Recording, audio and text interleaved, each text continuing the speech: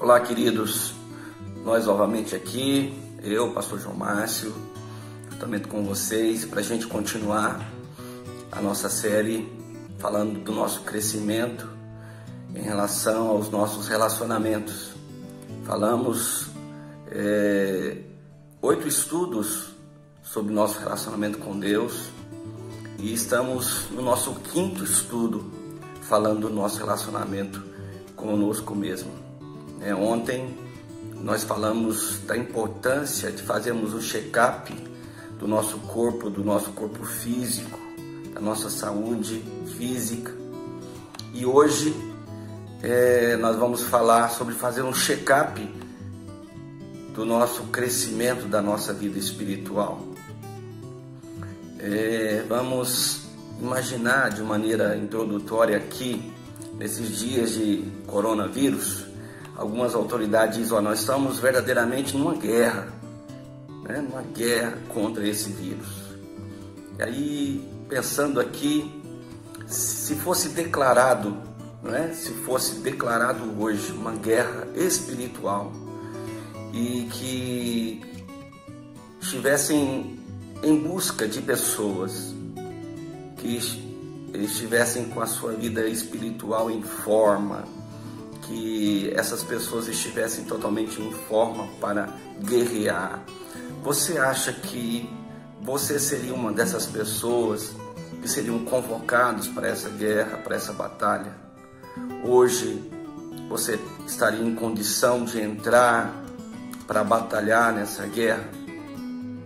Eu gostaria de compartilhar com você 2 textos. Um nós já até falamos nesses dias, que é um de Hebreus. Mas vamos falar de um texto que eu gosto muito também, de 1 João capítulo 2, versos de 12 a 14, que fala sobre essa importância de crescermos. Crescimento faz parte da nossa vida cristã, não é?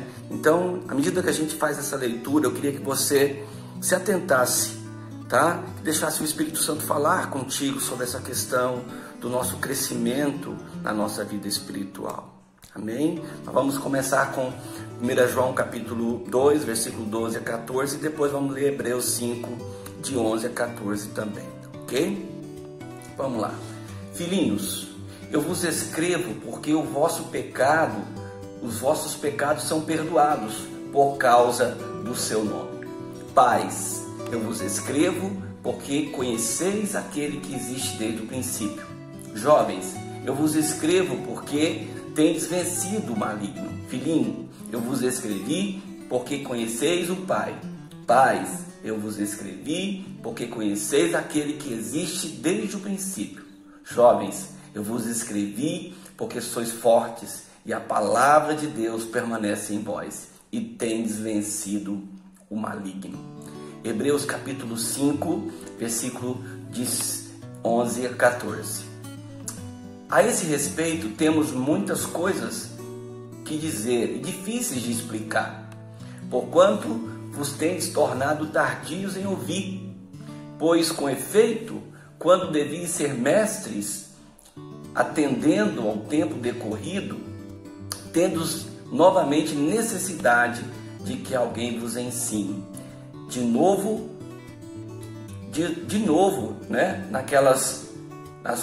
naqueles princípios elementares dos oráculos de Deus. Assim, vos tornastes como necessitados de leite e não de alimento sólido. Ora, todo aquele que se alimenta de leite é inexperiente na palavra da justiça, porque é criança. Mas o alimento sólido é para os adultos, para aqueles que, pela prática, têm suas faculdades exercitadas para discernir não somente o bem, mas também o mal. Interessante, queridos, que o autor de Hebreus ele diz aqui que existem algumas pessoas, alguns cristãos que já deveriam ser mestres e ainda precisam ser ensinadas em coisas básicas da vida cristã. Na sua opinião, assim, olhando para um cristão, quanto tempo seria necessário para a gente como cristão ser considerado um mestre? Por que a gente fala sobre isso?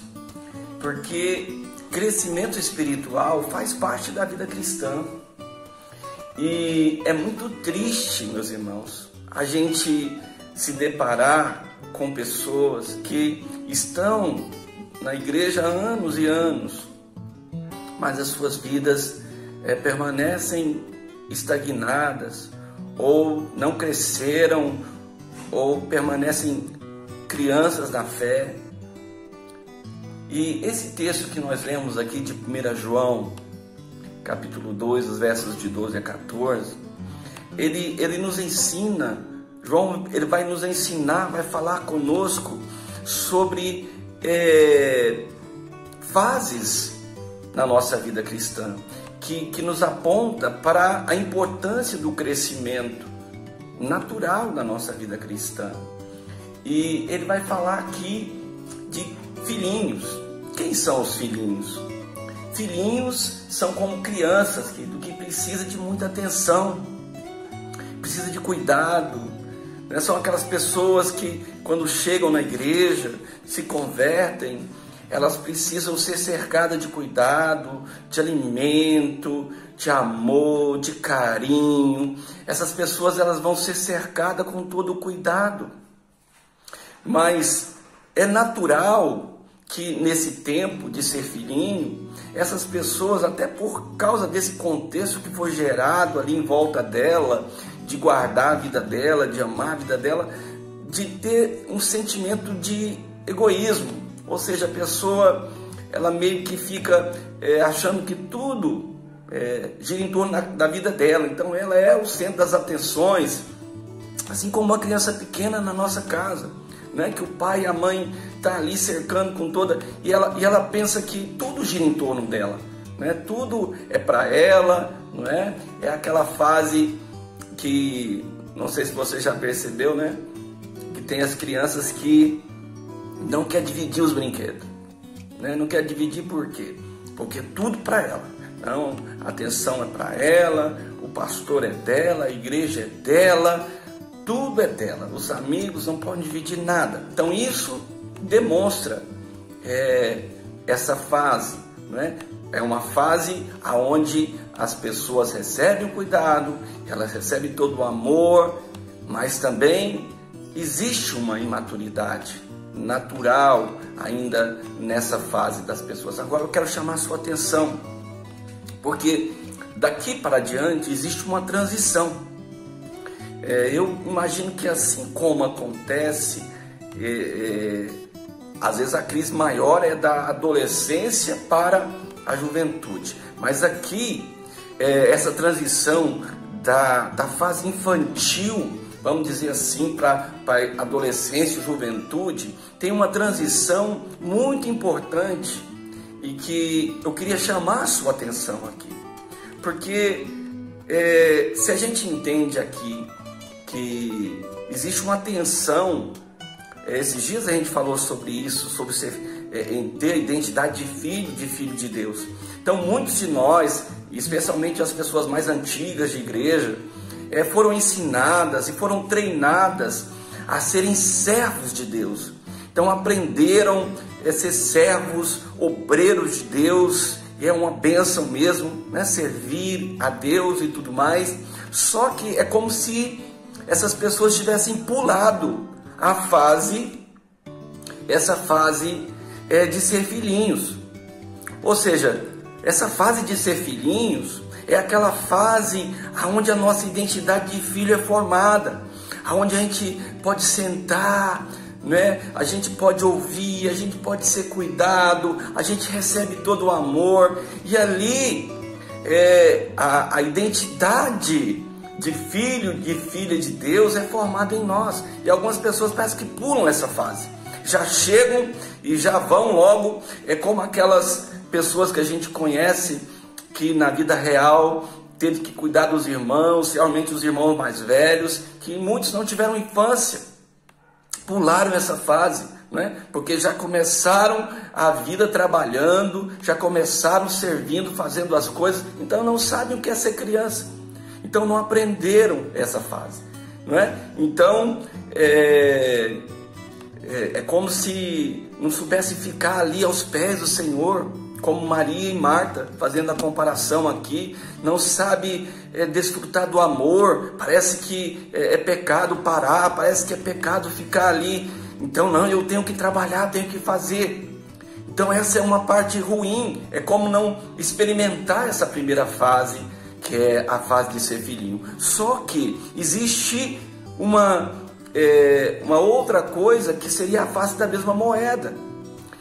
Assim como existe algumas pessoas que pulam a fase, que já vão direto para a fase de ser guerreiro, existe aqueles que não querem sair de jeito nenhum de ser filhinhos. Conhece pessoas assim? Pessoas que permanecem como filhinho e falam, não, quem é que vai querer sair de uma fase dessa? Todo mundo em minha volta, todo mundo fazendo a minha vontade, todo mundo me acolhendo, todo mundo cuidando de mim, e eu que sou a bola da vez e todo mundo está comigo. Então é muito bom, mas só que se eu permanecer nessa fase, querido, vai ser aquilo que a palavra de Deus, que o autor de Hebreus está chamando a atenção aqui. Isso faz parte, ser filhinho faz parte da vida cristã, existe o tempo para isso, mas vai chegar um tempo que a gente precisa se tornar jovem. O que é o jovem? É o guerreiro, é o que a palavra de Deus chama a atenção nossa aqui, de dizer, olha, em comparação, né, com o filhinho, né, o jovem é aquele guerreiro, aquele que é o destemido, aquele que sai para guerrear, que sai da defesa dos outros, que agora não está mais pensando em si e não está ali choramingando o dedinho que machucou. Agora ele se torna um guerreiro, ele é um trabalhador, agora sim ele vai servir, ele vai trabalhar, mas não com aquela mentalidade de servo. Ele sabe que ele é filho, ele sabe que ele é amado, ele sabe a sua identidade de filho, mas aí mais ele se fortalece no Deus Todo-Poderoso, e ele vai sair para guerrear, ele vai fazer a vontade de Deus, porque ele conhece a palavra de Deus, e ele sabe que ele é forte, que Deus tem fortalecido a sua vida, e não mais existe aquela fase do egoísmo. Aqui isso foi dissipado, agora eu quero servir, eu quero fazer a vontade de Deus, eu quero olhar para a necessidade dos outros, eu quero ajudar as pessoas a crescerem. Aqui está, talvez, ou deveria estar, a maior parte das pessoas da igreja, nessa fase produtiva que deveriam estar a maioria das pessoas da igreja. Não é a realidade, mas deveria. E tem também os pais. Quem são os pais? Pais, queridos, são aquelas pessoas que são enraizadas, fundamentadas em Deus. São pessoas firmes em Deus, aquilo que eles conhecem de Deus, e são referência de Deus. São modelos, são exemplo de Deus na vida de outras pessoas. As pessoas olham para esses pais e dizem dentro de si, eu quero ser como essa pessoa, eu quero seguir. E esses pais, eles vão gerar novos filhinhos e novos guerreiros na família de Deus. Então, quando a gente para e analisa, né, essas fases, a gente fala, mas pastor, como é que eu vou discernir em que fase que geralmente a gente está? Sabe uma coisa que a gente nota? É que existe um momento da vida, ou momentos na vida de cada um, que fica bem conhecido, fica fácil de discernir em que fase as pessoas estão. Sabe qual é o momento? É o momento da crise. Quando se estabelece uma crise, seja no casamento, na família ou no contexto da igreja, aí fica se conhecendo mesmo em que fase está cada pessoa. Por quê? Porque os filhinhos vão ser conhecidos. Serão aquelas pessoas que todo o tempo tá pensando em si mesmo, está pensando nas suas coisas, na sua vida, na sua necessidade, na sua dor, e o tempo todo evidenciando que está sendo abandonado, que ninguém olha para ele, que ninguém vê a sua vida. Então pensa, o jovem é aquele que nesse momento de crise, ele vai estar buscando resolver as questões, ele vai batalhar, ele vai arregaçar as mangas, ele não vai medir esforço para buscar solução, para resolver aquelas questões, ele não vai pensar na sua vida, ele não vai pensar na sua necessidade, mas ele vai colocar a sua própria vida a serviço das pessoas. Ele vai lutar pelo bem de todos, até deixando a sua necessidade de lado. E os pais? Os pais, queridos, são aqueles que por sua vez vão trazer a paz e a vida no meio do caos. Os pais são aqueles que vão trazer equilíbrio. Os pais são aqueles que vão agir com sabedoria e sabedoria de Deus, para que a vontade de Deus seja conhecida mesmo no meio daquela crise. Isso é ser um pai. É não desesperar, mas ser apoio, é ser amparo, é ser a base aonde os filhinhos podem recorrer, aonde os jovens podem recorrer para buscar o seu amparo. Então, eu quero terminar a nossa meditação de hoje olhando para essas perspectivas que a gente falou. Em qual fase da sua vida cristã que você se encontra nesse momento? Será que essa fase é a ideal?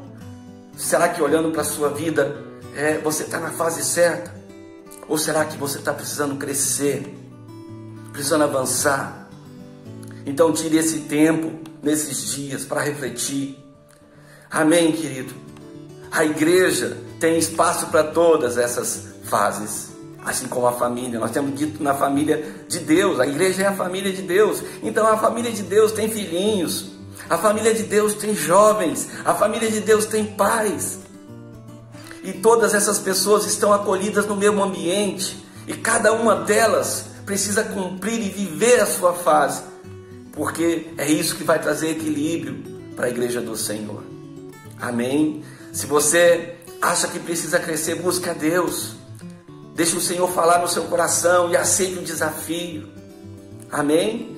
Amanhã nós vamos estar compartilhando também a respeito de fazer um check-up, agora falando sobre a mordomia cristã. Cuidado com essa palavra, né? Ela pode não significar exatamente aquilo que você está imaginando sobre mordomia, né? Então, amanhã nós vamos falar sobre a mordomia cristã, fazer um check-up sobre a mordomia cristã. Amém? Vamos orar ao Senhor. Pai, eu quero te agradecer nesse dia. Eu quero te agradecer, Pai, pela oportunidade de estar compartilhando com os meus irmãos sobre a Tua palavra e aprendendo um pouco mais a cada dia. Que o Senhor nos ensine, Pai, a crescer, a andar, ó Deus, porque o Senhor, ó Pai, é aquele que está conosco, que quer nos proporcionar o crescimento, o avanço na Tua causa. Assim nós te pedimos, vê, Pai, vê mesmo, ó Pai, se há em nós um caminho errado e nos ajuda a crescer, a avançar. Ó Deus, não nos deixe ficar estagnados, parados, mas que haja crescimento na Tua casa e também na nossa vida individualmente, em nome de Jesus. Amém. Deus te abençoe e até amanhã, se Deus quiser.